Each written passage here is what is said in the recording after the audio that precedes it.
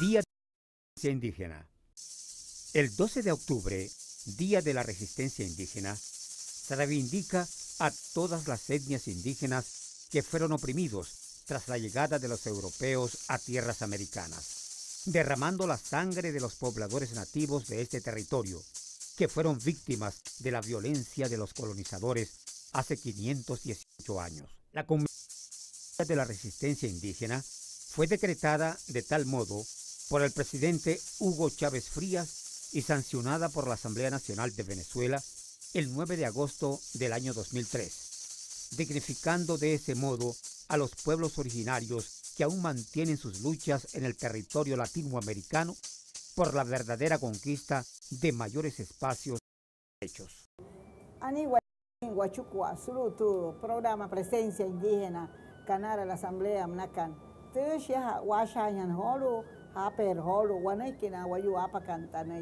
Bueno, aquí estamos nuevamente a través del programa de Presencia Indígena, Canara la Asamblea Nacional. En esta oportunidad tengo el honor de presentarles y traerles a Rosita Trujillo. Rosa es mi asistente parlamentaria. Bueno, desde hace muchos años nos conocemos, no muchos, ¿no? Pero sí algo de años donde hemos participado antes de que yo estuviese en la constituyente. Y yo la conocí a ella a raíz de una declamación que ella hizo de una actividad, creo que fue hasta en la conferencia episcopal. Y allí entonces estaban una serie de mujeres que tienen que ver con lo ambiental. Y Rosita habló, yo no la conocía, habló sobre el huracán Brecht. Y a mí me impactó tanto cuando ella dijo, el huracán Brecht, algo así, de que pasa y es como las pasiones que dejan sus efectos, sus consecuencias, que luego serán buenas o malas, pero que dejaron sus consecuencias. Y entonces me llamó la atención ese mensaje de ella, que ella compuso, y a partir de allí iniciamos una amistad, luego nos vimos en el campo internacional. He traído a Rosita con la intención de que, oye, ¿cómo lo ve ella? ¿Cuál es su perspectiva en relación a estos 10 años que hemos pasado aquí elaborando las leyes, desde el proceso constituyente que ella está?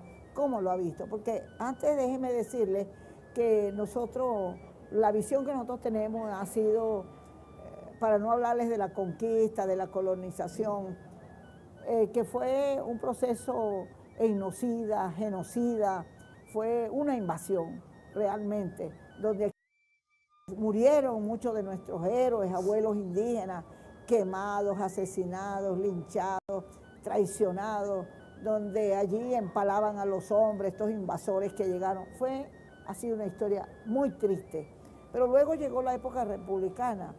Bueno, sí, en la Constitución de 1811 se empezó a hablar de los derechos de los pueblos indígenas, quizás por la gesta libertaria, impregnado por eso, entonces se empezó a hablar de los derechos de los pueblos indígenas, pero luego en las demás constituciones no aparecieron esos derechos y nosotros concluimos que fueron racistas, discriminadoras, excluyentes. Pero por fortuna llegó el proceso revolucionario, llegó Hugo Chávez y se empezó a hacer justicia con los pueblos indígenas. Entonces he traído a Rosita para ver cómo lo ve ella. Ella es muy crítica y entonces cómo lo ve ella, cómo ha pasado ese proceso. Adelante, Rosita. Sí, ahora recordábamos, no vamos a decir exactamente los años que nos conocemos, porque van a decir, ¿verdad? Que somos bien. Sí. Los mensajes del huracán Brecht, ¿no? Yo decía que los huracanes son como las pasiones. Cuando ellos pasan, uno no sabe si tuvo buena o mala suerte, porque remueven todo, ¿no? Nosotros estamos ahora aquí sentadas en el Palacio Legislativo y a mí de verdad, yo le decía a Noelí, no, me siento como un estado de reflexión.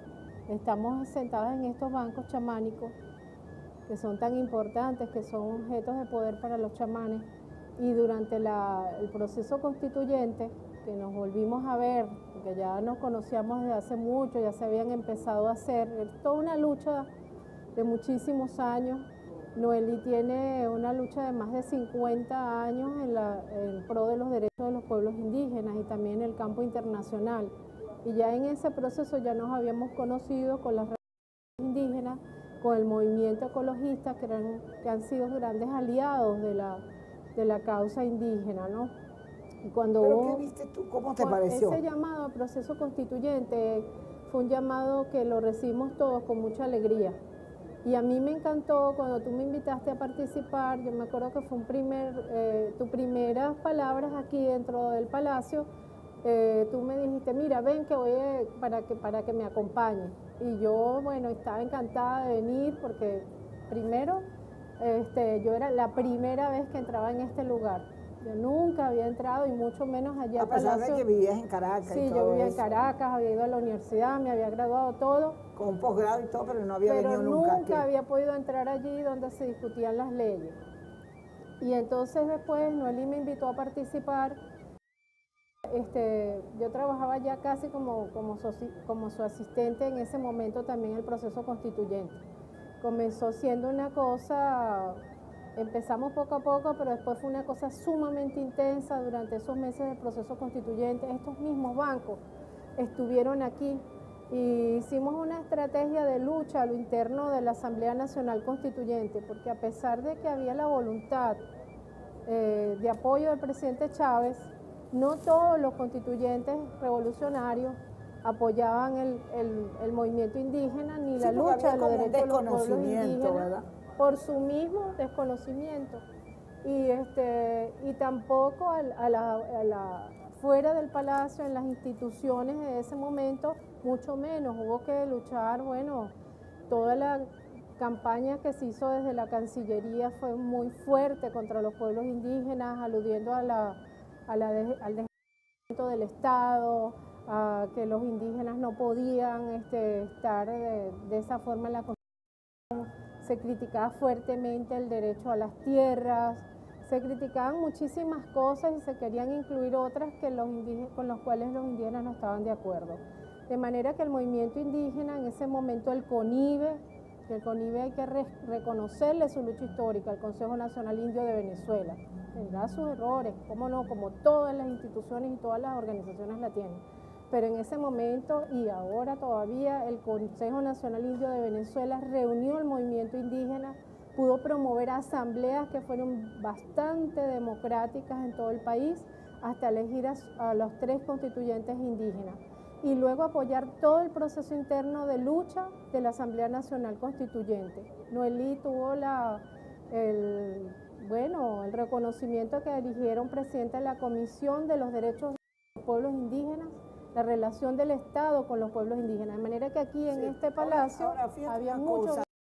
Claro, a eso iba, ¿no? Ajá. Que yo creo, Rosita, yo recuerdo cuando yo paso por este palacio, a veces sola, a veces contigo, a distintas horas, en estos 10 años, yo recuerdo todo lo que tuvimos como estrategia, sí, lo que tuvimos que hacer para lograr promover como parte de esa labor, digamos, de lobby o de cabildeo que teníamos que hacer con los constituyentes, sí, porque nuestro objetivo era lograr que se aprobaran los derechos de los pueblos indígenas. Entonces, ¿qué tuvimos que hacer? Bueno, entonces poner exposiciones de vivienda, tuvimos que traer textos, tuvimos que traer los chamanes. Los chamanes a veces duraban aquí hasta las 2 de la mañana haciendo sus rituales. Tuvimos que traer gente especialista, gente indígena que tocaban sus tambores. Al comienzo eran oficinas, esto que está aquí en los pasillos, eran oficinas de la Secretaría. Y debo decirlo con respeto, pero ellas no tienen la culpa, las secretarias cómo nos miraban. No parecía música lo que estábamos haciendo, no parecía, es decir, era todo tan desconocido para ellos. Sin embargo, nosotras fuimos insistentes, traíamos medicina indígena, compartíamos. Mira, la secretaria al comienzo, nosotros notamos que había un rechazo, o por lo menos un alejamiento, o por lo menos no una aceptación, yo no sé cómo llamarlo, de la manera más suave y con todo el respeto. Pero luego después, qué alegría tan grande nos dio cuando pasaron el tiempo y las secretarias venían y compartían y tareaban la música de los tambores y la música indígena. O sea, que hicieron suya también ese proceso constituyente, sí, que nosotros hicimos. Todos estos pasillos los tomamos para... Entonces, yo creo que ese es un testimonio que nunca lo hemos dicho, Y además que estudiantes, claro, fue un trabajo tan duro que amanecíamos, a algunos les dolía el oído, la cabeza, cualquier cosa. Y ellos se acercaban y decían, mira, ¿qué tienes para este dolor? Nosotros le dábamos una bebida y ellos nos decían, oye, se nos quitó claro, le decíamos, tómenselo con fe, esto es para el dolor del oído.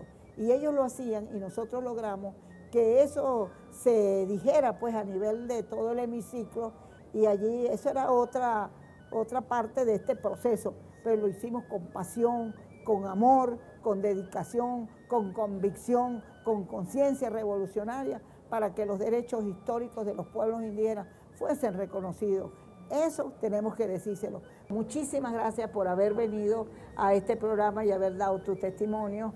Entonces vamos a hacer una pausa, traer a otro invitado especial. Xianetian, alejen huayhuachuco ajolo, japas paran, ajía, fuera jolo, japo y hasta nene que guane guayuya, kaisa guateje guaniche. Acta de compromiso. Un compromiso para la historia, considerando cabalmente que estamos en deuda histórica con el más de 500.000 de indígenas agrupados en las 28 etnias del país, hago público, nacional e internacionalmente, el compromiso de saldar tan delicado débito desde la Presidencia de la República, a la cual llegaré por la decisión del conglomerado venezolano en las elecciones del 6 de diciembre de 1998. Compromiso que adquiero fundamentándome en la memoria de los padres libertadores que tuvieron en Simón Bolívar y Antonio José de Sucre a sus más significativos conductores. Caracas, 20 de marzo de 1998. Hugo Chávez.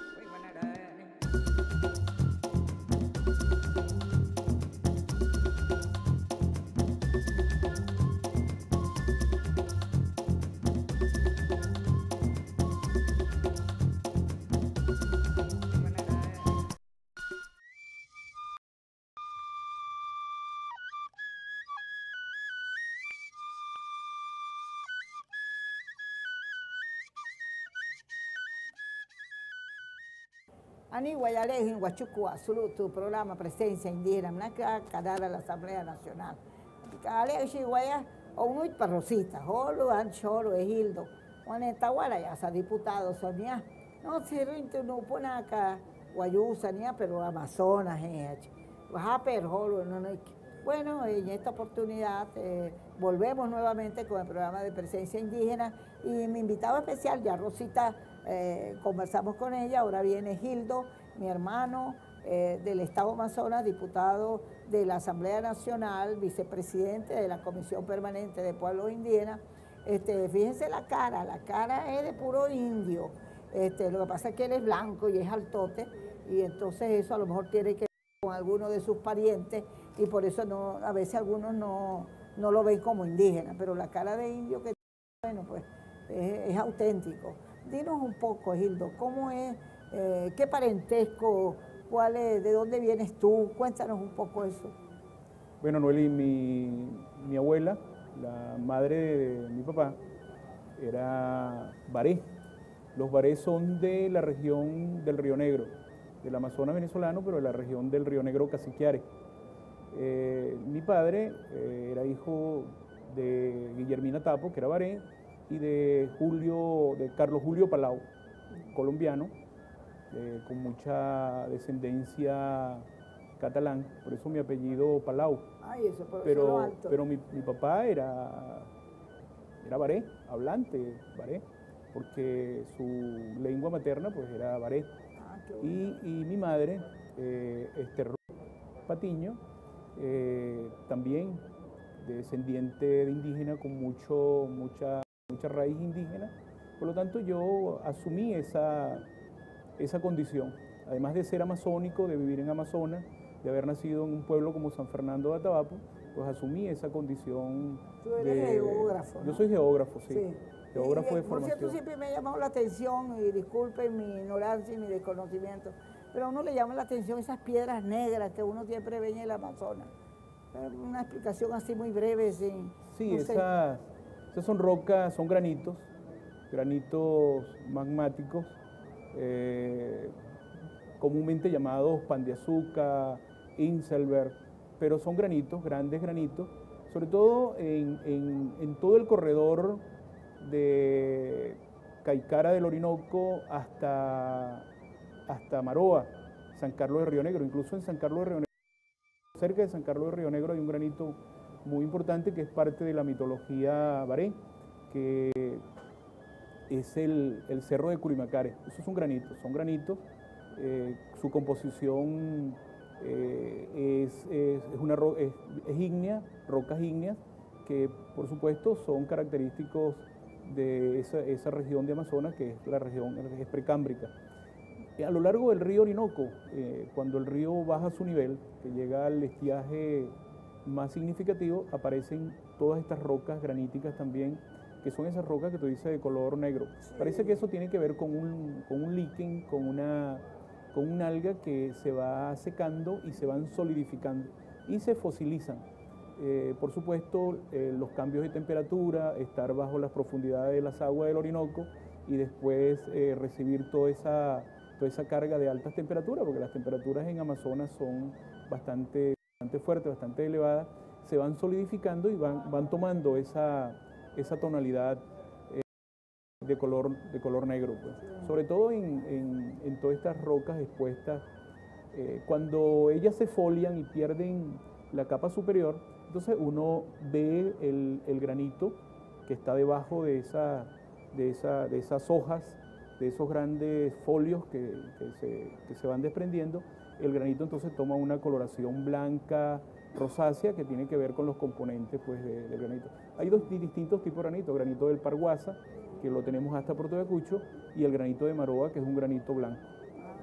Las piedras son blancas. Sí, yo estuve hasta el Alto Orinoco, fui a La Esmeralda, fui a Mavaca, en diferentes reuniones, no he ido varias veces. Pero una de las cuestiones, bueno, como tú sabes, yo vengo de La Guajira, de un desierto, donde ni siquiera tenemos un río, el río Limón, que nos separa del municipio Mara, pero en sí, no tenemos un mar, ¿no? Pero no tenemos un río adentro, entonces hay una cultura del desierto, pero cuando yo fui al Amazonas me impactaba tanto